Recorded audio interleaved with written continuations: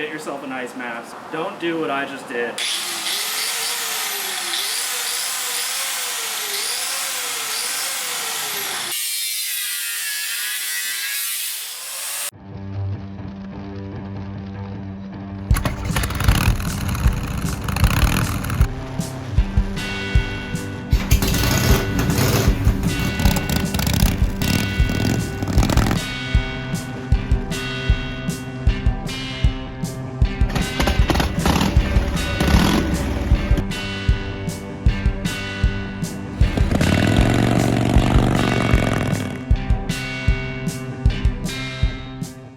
Welcome back to Mazimoto. This is Paul's Sportster Part 2. You guys loved the first part, which was pretty cool to see. It's like the best video out there right now on our channel, so thank you guys for watching. We're going to continue that with Paul's bike again. And today, we're going to be replacing this fender.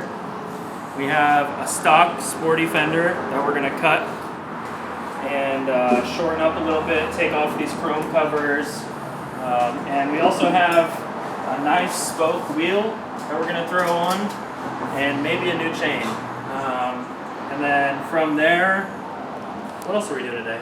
Oh, maybe mid controls. We got some new mid controls from Prism Supply that we're going to throw on. Thank you, Prism, for hooking it up, and just a bunch of other stuff. I'm excited. This bike's going to be really cool. So, thanks for watching again, and yeah, let's get started.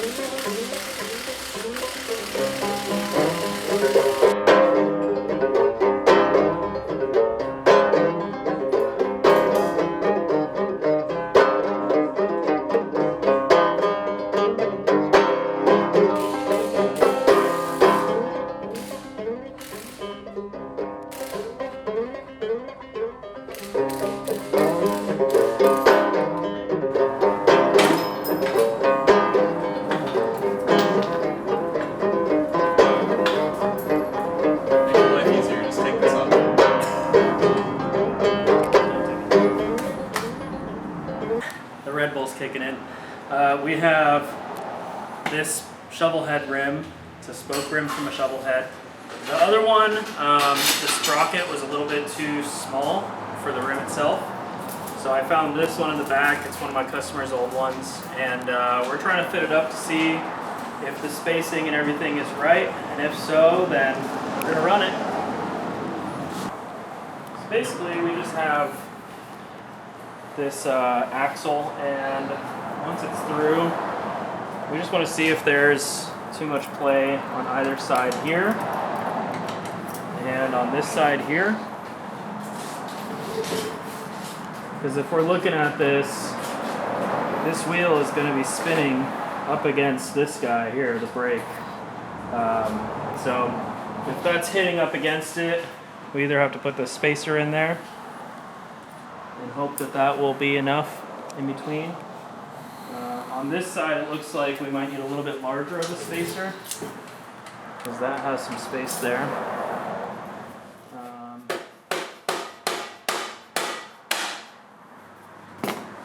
So we're getting close. This looks like it might work. It looks like it's pretty straight. You just got to make sure that the rotor is the same size, because if it's not, then we'll run into a lot of problems. So there are some interchangeable parts between older shovel heads and newer Sportsters and stuff, but you just got to do all your measurements, make sure that you're not forcing anything, and don't be dumb, because this is your life. That's at stake. Hey. Didn't see you there.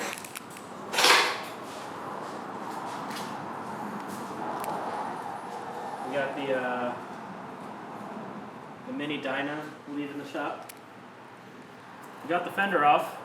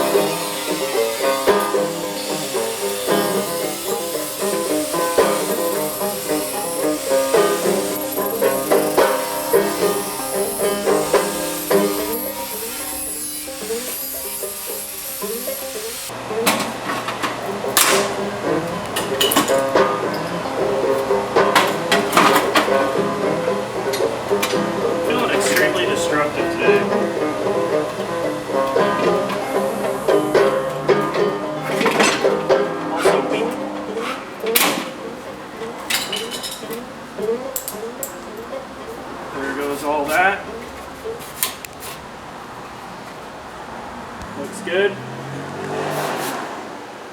We're probably not even going to wipe it down. And we're going to throw it in the paint booth to paint. The reason we're doing this bike like this is because this is version 1. Paul's getting together the parts to hardtail this bike. So we're just trying to get it down the road for now. It's going to look good with very little time and effort put into it. Okay, YouTube, let's get this Fender painted.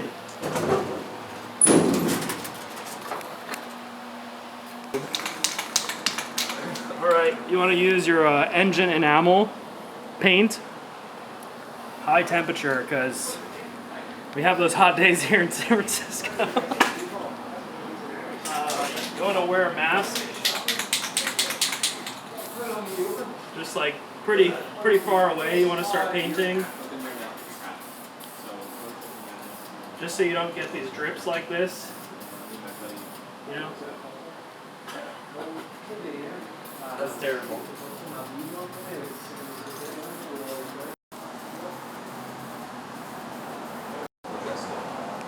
Get yourself a nice mask. Don't do what I just did. Once again, do as I say, not as I do.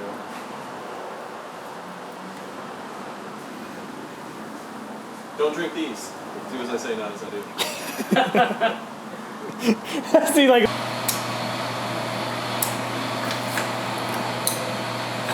This chain is pretty fucked, so we're gonna swap it out with a brand new one. That's good to go.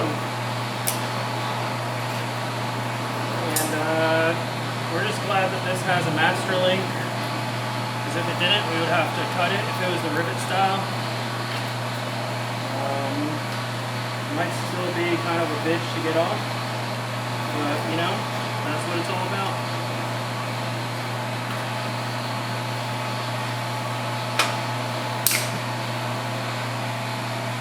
Broke my flathead.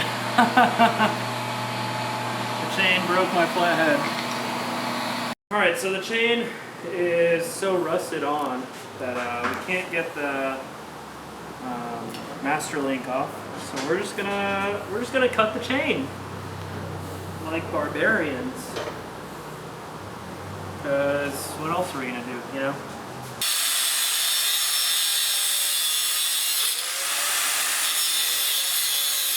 So we ended up having to get a new chain. The old one was pretty rusty, and the master link wouldn't come off. So I think you guys saw me cutting it off. So we got the new chain on. Nice and tensioned, and then we went ahead and painted the fender as you saw, and just installed it. It doesn't look the greatest, but it works for now. Alright, update. So we got the Prism mid-control set up for a Sportster. It comes with this little shifter, and we had a forward control set up, so we had to pull off the whole forward control setup. And then you just have to pull off the 2 stock bottom bolts that go in there and there, and slip their little bracket that's really nicely made down through under here, under the clutch cable. And then they provide new bolts that are a little bit longer, so you can throw that on. But before you fully tighten it down, make sure you put in your bolt for your foot peg. We're going to tighten this down a little bit as well, just so it's not so flappy. But really nicely made, and it makes it really easy to go from forward controls to mid controls, or if you don't have any controls figured out on your bike yet. This is a great route to go. So we're going to go ahead and go on the other side now and finish up the brake side, and then reinstall all of these motor mount bolts and stuff like that. Because we had to undo this stuff for the forward controls. This is what was holding on forward controls. So yeah, let's go over to the other side and we can show you this time how we put together the controls. This is how the kit comes. Comes with this little bracket, the brake pedal, this bolt set up here, and then this nut. So you have your brake pedal, you have this new prism bracket here, rep that prism supply. And then you have your sprocket cover. Ours is pretty crusty. It's been sitting on a bike that's been driven on the Autobahn, so you know, what can you do? So this whole setup goes through the normal hole for the mounts here, and then they provide a brand new nut that you'll put on just like that.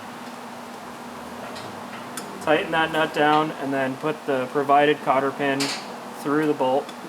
And then on this side, your brake reservoir will go right on top of there, and it'll mount up, the brake reservoir will mount up to this hole right here on the brake pedal. So let's go over to the bike. I'll put this whole cover back on. We'll tighten this all up and show you how it all goes together. We're going to throw this cover back on. Make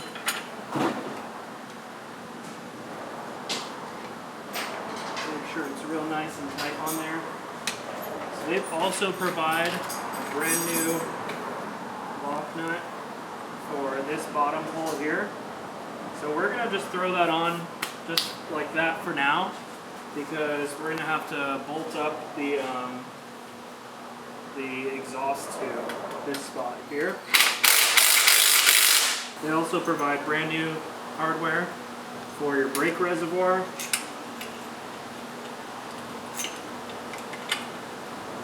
put that guy on here.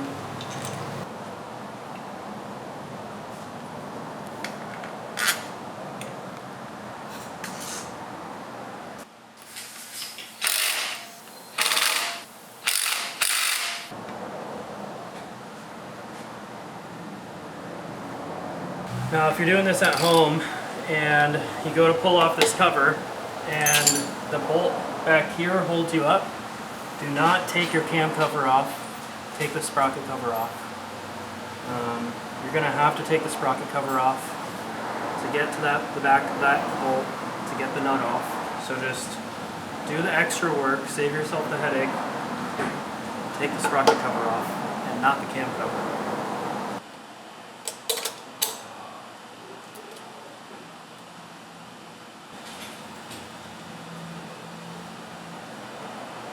Done. We got the new flanges for the exhaust, because before I couldn't find any flanges, so I had to use an intake flange for intake manifold. It worked. I wouldn't recommend it. So we got some new ones, and what you want to do is throw the flange onto the exhaust first. And then I just use a piston ring tool. Throw that in there, and you want to put the flat side out, facing out. Throw that on, it's nice and tight, and there you go, you got your flange on. And that's a wrap for part 2 of Paul's Sportster build. So as you can see, this bike's getting together real quick. We're only on part 2. If you can, go ahead and give us a like, comment, and subscribe. Stay tuned for more content, because we're going to be making so much content for you guys. We still haven't figured out a name. We said that we were going to figure out a name for this bike in this episode. Unfortunately, we didn't. So we're going to leave it up to you.